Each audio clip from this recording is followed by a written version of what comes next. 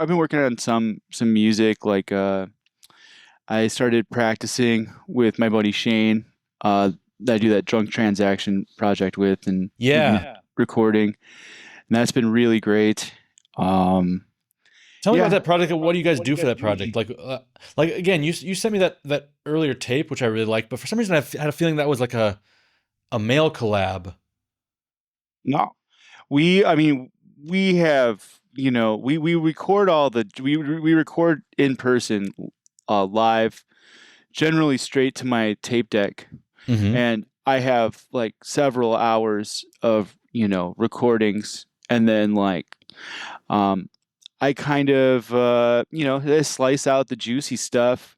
I find the really good moments, and chop things up, and kind of collage things, and mix them down, and yeah, and then kind of get I do a lot of the arranging afterwards, after the jams.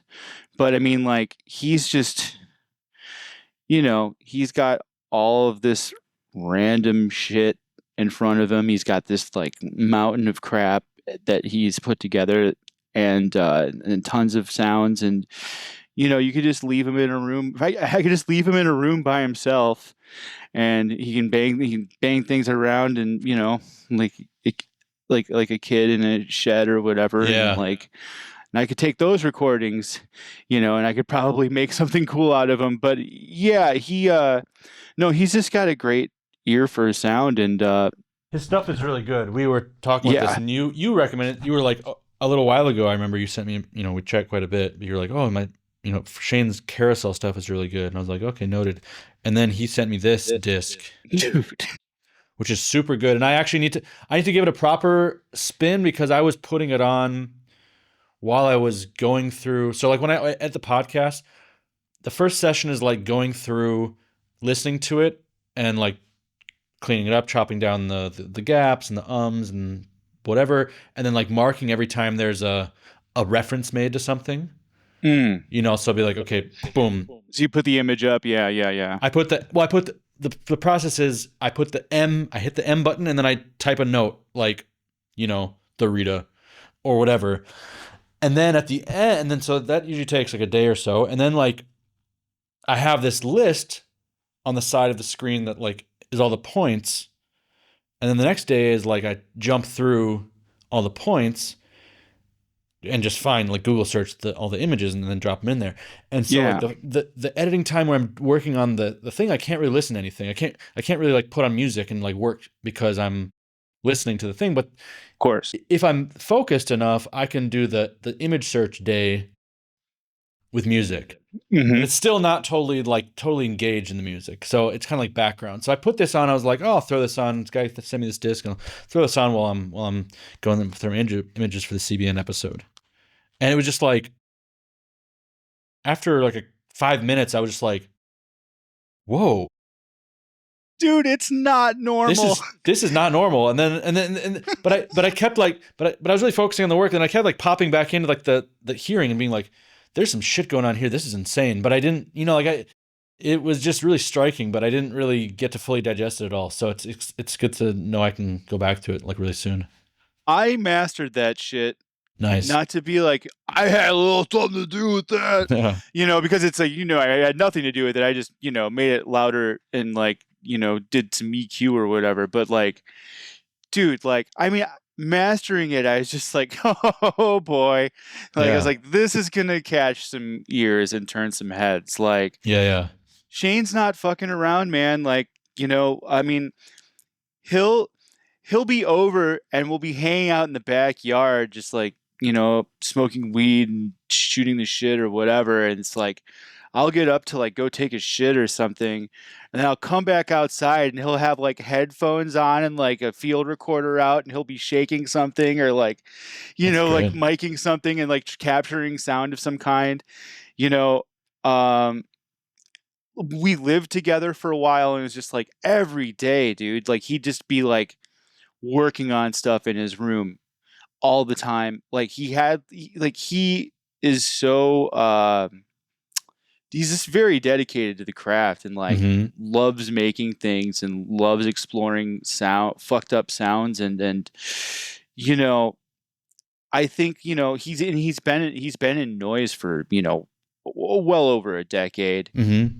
longer than that, and he also is like involved in like experimental music, and has made Yeah. cool ambient music and all kinds Yeah. of stuff, but like always been a noiser, you know, and yeah, we started doing Drunk Transaction in like 2020 during lockdown because we were living together, and I had gotten asked to play this Twitch stream show for. Do you remember that label Pizza Night? Mm-hmm. Sam Goldberg. Yeah. Yeah. Sam asked me to play, and it was like, yeah, we played. I think Mothcock might have played. I can't remember. And then Amanda Howland, Wyatt's sister, played, and some other folks. And it was really fun. It was really cool. Like of all the like fucking Twitch stream shows that I agreed to play, like that was definitely probably one of the favorites. Um, and yeah, like we recorded that session and that was really cool. And we just kept recording and I have hours of stuff that I'm still, can still pull from and edit stuff Nice. together from. But like we're recording now and it's like, it's been really awesome. I'm really happy with how this shit's sounding. We made a track for an upcoming compilation that has been submitted and approved. And then I've got like a real juicy one that I need to edit together, but like it's like real cosmic and like Mm. fucking weird, but still very harsh and cutting. But it's like it's pretty psychedelic. Definitely like it's like this weird convergence of like Conrad Schnitzler or something and harsh noise, which something I can dig. Maybe not won't be Cool. for everyone, but Very cool. but yeah, like I just love making music with that guy and whenever we can get together. But Yeah. um Well, yeah, the looking. CD's amazing. Yeah. Yeah. Yeah. Can't recommend it enough to everyone.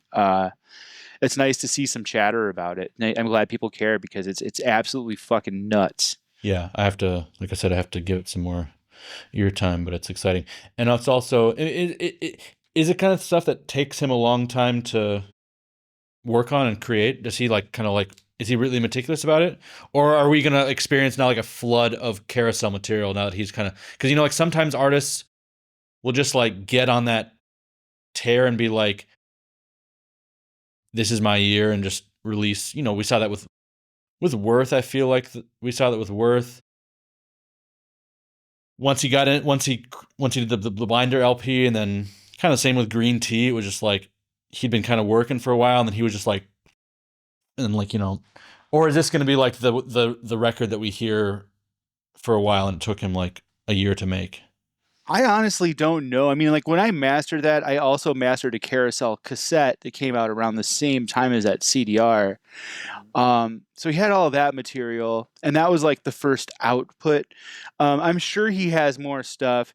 It's hard to say with him because like the volume, like just because there may be a higher volume of material from him, it doesn't mean that it's not meticulous because he's working on shit every fucking day, for hours, so it's like for some people, like someone like me, it's like I'm at a point in my life where I have to feel like emotionally charged to like make something. Right. I need the like I'm always thinking about making something, but like but it's like I need to get a wild hair up my ass sometimes to like just get in there Yeah. Yeah. and Yeah.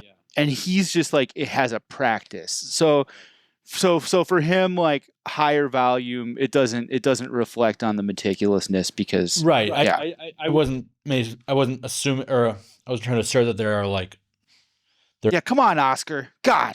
well, I mean, yeah, I know what you're saying, and it doesn't always go hand in hand, but sometimes it's like, okay, I've worked on this, and now I need to take a break, and I put it out, and this is my album for the moment. I need to regroup and then some people are just like they're just constant, So it sounds like he's a constant kind of guy.